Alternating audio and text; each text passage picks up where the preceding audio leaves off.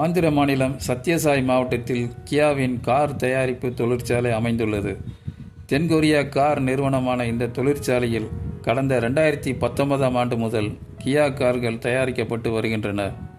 கடந்த 2 மாதங்களுக்கு முன்பு தொழிற்சாலையில் ஆண்டு தணிக்கை செய்யப்பட்டது. அப்போது தொழிற்சாலையில் இருந்து 900 கார் இன்ஜின்கள் காணாமல் போனது கண்டுபிடிக்கப்பட்டது. இதனால் அதிர்ச்சியடைந்த மேலாளர் கடந்த மார்ச் மாதம் 18ஆம் தேதி ஆந்திர காவல்துறையினரிடம் புகார் செய்தார். இந்த விசாரணையில் கடந்த 5 ஆண்டுகளாக இந்த திருட்டு நடைபெற்றது தெரிய வந்தது. இதில் முன்னாள் ஊழியர்களுக்கும் தற்போது பணிபுரியும் ஊழியர்களுக்கும் தொடர்பு இருப்பது கண்டுபிடிக்கப்பட்டது.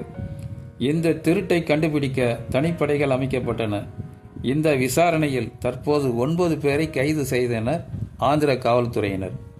திருடிய இன்ஜின்களை மீரட், டெல்லி, ஹைதராபாத், சென்னை, மதுரை போன்ற ஊர்களில் அவர்கள் விற்பனை செய்தது தெரிய வந்தது. கைது செய்யப்பட்டவர்களிடம் நடத்திய விசாரணையில் ஆலையில் இருந்து இன்ஜின்கள் வெளியே சென்ற விவரம் தெரிய வந்தது. தொழிற்சாலையில் ஸ்கிராப், அதாவது பழைய பொருட்கள் வைக்கும் குடோனில் திருடப்பட்ட இன்ஜின்களை பழைய பொருள்களாக வைத்து ஆலையிலிருந்து வெளியே செல்வது தெரிய வந்தது. ஒவ்வொரு ஃபேக்ட்ரிலையும் பழைய பொருள்களை எடுக்கிறதுக்கு ஒரு கான்ட்ராக்டர் இருப்பார். அதாவது ஸ்கிராப் ஐட்டம்லாம் ஃபுல்லாக எடுப்பார். அவருக்கு தான் வருஷம் ஃபேக்ட்ரி அந்த பொருள்களாக கொடுப்பாங்க. அவர் எவ்வளோ பணம் கொடுக்கணுமோ, அதாவது பணமாக கையில் கொடுக்க மாட்டாங்க, டிடியாக எடுத்து கையில் கொடுத்துக்கிட்டு என்ன பொருள், அதாவது டன் கணக்கு 2 டன் 3 டன் வரும். அப்படி எடுக்கும்போது லாரி எம்டி லாரி உள்ளே போகும்போது கேட்டில் செக்யூரிட்டி செக் பண்ணி அனுப்புவாங்க. அந்த லாரியோட வெயிட் பார்ப்பாங்க, எம்டி வெயிட் எவ்வளோ இருக்குது அப்படின்னு. அதுக்கப்புறம் லாரிக்கு கேட் பாஸ்லாம் கொடுத்து உள்ளே அனுப்பிச்சிடுவாங்க. மறுபடியும் பொருளெல்லாம் எடுத்துகிட்டு வெளியே வரும்போது எத்தனை டன் இவர் எடுத்துகிட்டு போகிறாருன்ற விவரம் ஃபேக்ட்ரியில் காமிக்கணும். அது சரியாக இருக்குதா, லாரியோட வெயிட் என்ன, பொருள்களோட டன் எவ்வளோ, இதெல்லாம் சேர்த்து பார்த்து கணக்கு பார்த்துட்டு அந்த வெளியே அனுப்புவாங்க. இதெல்லாம் நடைமுறையில் இருக்கிறது.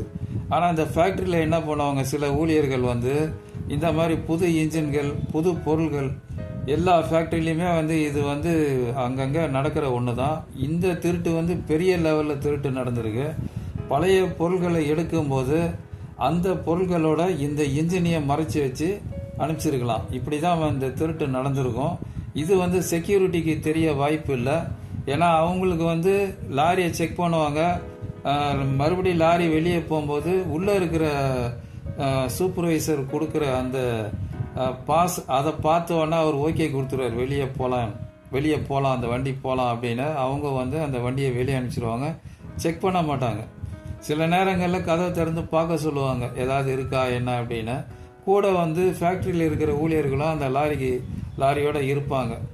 செக்யூரிட்டி கூட இருந்துக்கிட்டு கைட் பண்ணுவாங்க. சரி, ஆஃபீஸர்லாம் இருக்காங்களே, கரெக்டாக இருக்கும், கரெக்டாக அனுப்பிச்சிருப்பாங்கன்னு அந்த நம்பிக்கையின் பேரில் அந்த லாரியை வெளியே அனுப்பிச்சிருவாங்க. இது எல்லா ஃபேக்ட்ரியிலையும் சின்ன சின்ன திருட்டுகள் நடக்கும். சின்ன சின்ன பொருள்கள், ஒரு 10,000 20,000 பொருட்கள், புதுசோ பழசோ, இல்லை டன்னு இப்போ 2 டன்னுன்னா 2.5 டன்னுக்கு எடுத்துகிட்டு போவாங்க. இதெல்லாம் நடக்கக்கூடிய ஒன்று தான் ஃபேக்ட்ரியில். இது பெரிய லெவலில் இந்த திருட்டு நடந்திருக்கு. இது நடக்காமல் இருக்கணும்னா உள்ளே இருக்கிற ஆஃபீஸர்லாம் உண்மையாக இருக்கணும். தனக்கு வேலை கொடுக்குற, சம்பளம் கொடுக்குற முதலாளிக்கு உண்மையாக இருந்தால் தான் இந்த திருட்டெல்லாம் தடுக்க முடியும். அதாவது திருடனாய் பார்த்து திருந்தாவிட்டால் திருட்டை ஒழிக்க முடியாது அப்படின்னு இதன் மூலமாக நான் சொல்லிக்கிறேன்.